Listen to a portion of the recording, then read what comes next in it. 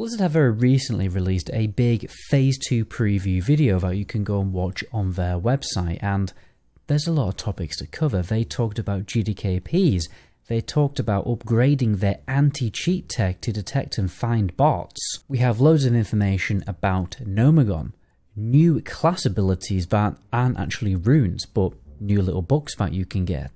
They gave us some details about the New World PvP event in Stranglethorn, which very suspiciously seems like it's going to be a Battle Royale event, along with updates to the PvP matchmaking system, the leveling buff, loads of new stuff with professions, and many more that we will cover extensively in this video.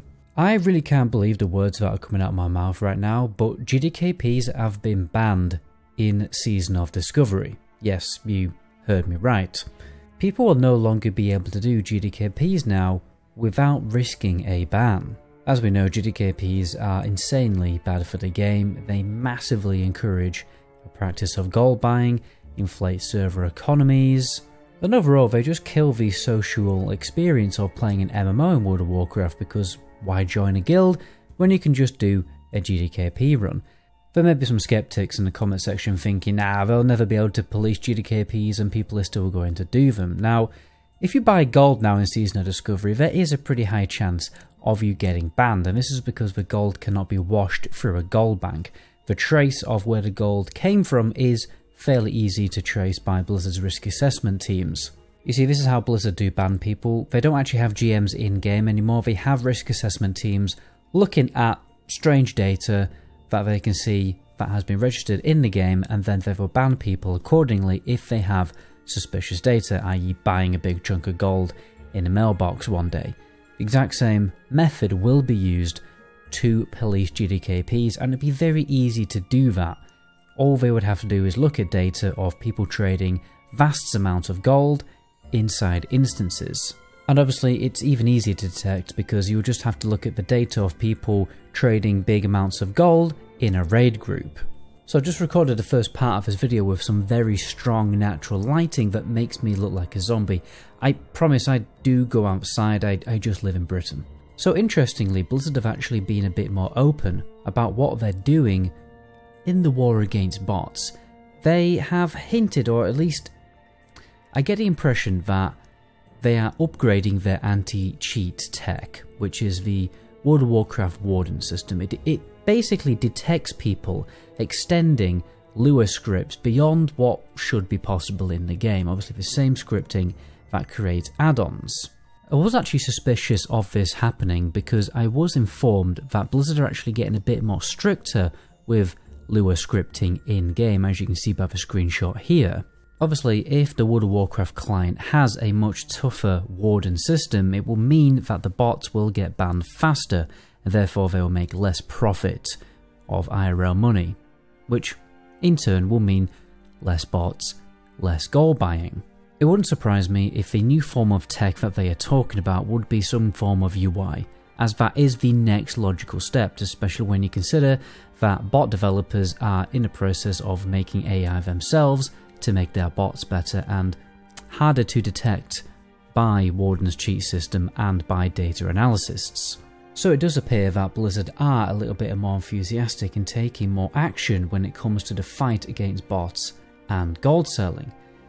There's probably a reason for that. Now, I don't want to toot my own horn obviously, but ever since I did start the Stranglethorn Vice series, many gold sellers and botters have told me that it's becoming harder to turn a profit because they are getting banned faster, and now Blizzard have come out with this announcement that they are upgrading their anti-cheat tech, etc, etc.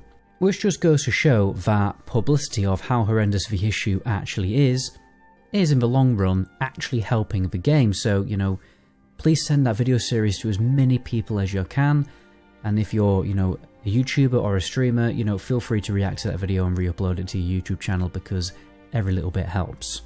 Now, the Nomagon raid is still going to be a 10-man raid with a 3-day lockout, exactly the same as BFD, and it is going to have its own world buff. Apparently there's going to be 100 new items, 3 times as many epics as BFD, along with new item sets, and you'll be glad to hear that, well, especially for druids, that the Crowd Pummeler isn't a single-use item anymore. It's on a 3-minute cooldown. There's also some funky trinkets with a lot of vanilla flavour, like trinkets to summon battle chickens and other various cosmetics. It's interesting how they're adding cosmetics to the game, even though transmog isn't the game, but, you know, it's there. It's going to be interesting to see how the meta revolves around all of these new items, because there's new items that are also increasing weapon skills. I can guarantee that most melee DPS who use a two-hander aren't going to be getting that crowd pummeler and using weapon swap macros with it. By the way guys, I have done yet another crazy night shift to get this video out for you guys in time, so I would really appreciate it if you did subscribe to the channel. It really does help out. So, Agrand put a feeler out on his Twitter, I think it was a few weeks ago now, about whether, you know, do people want the raid available straight away? And actually most people said, no, we don't. We want a week delay.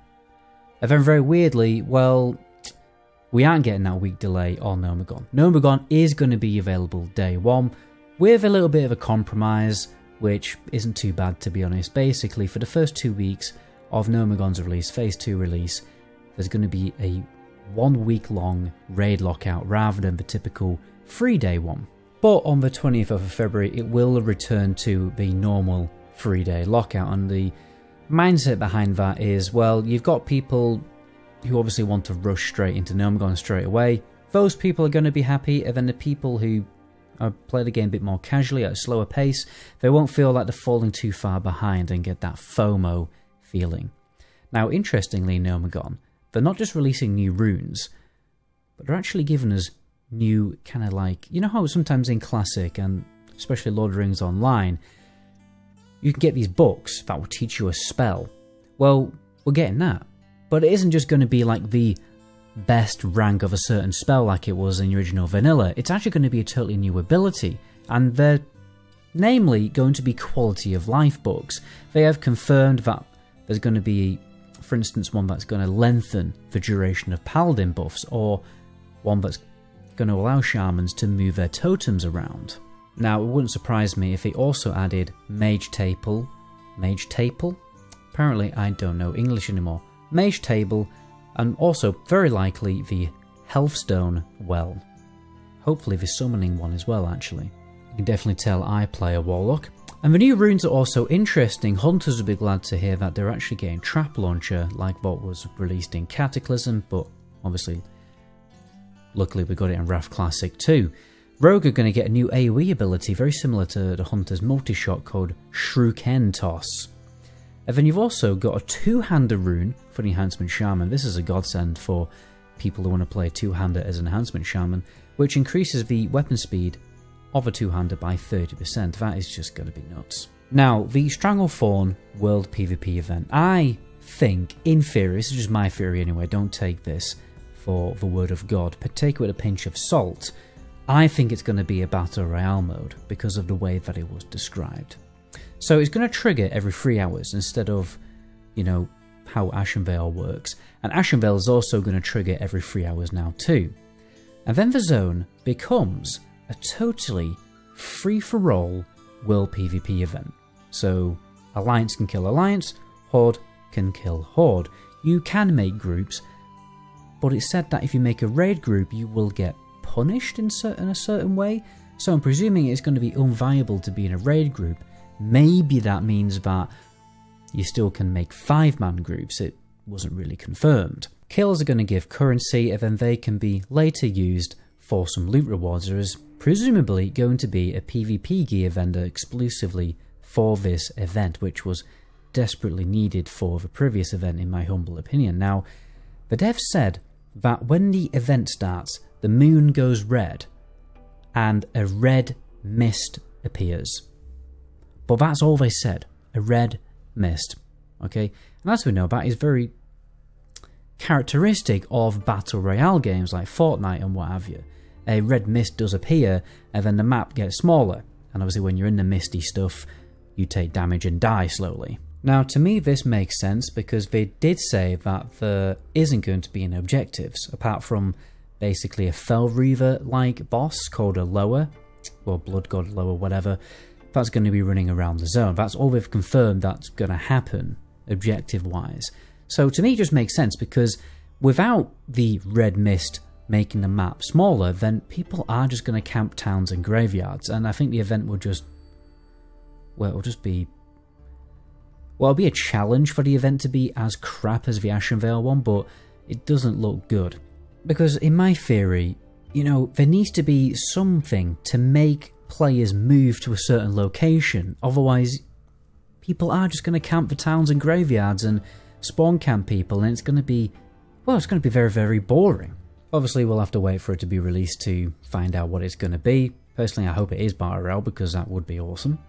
And you also get to unlock 2 totally new mounts that had never been in the game before, but I'm pretty sure these colours are actually in the game files of Vanilla WoW, but they just haven't been available to players.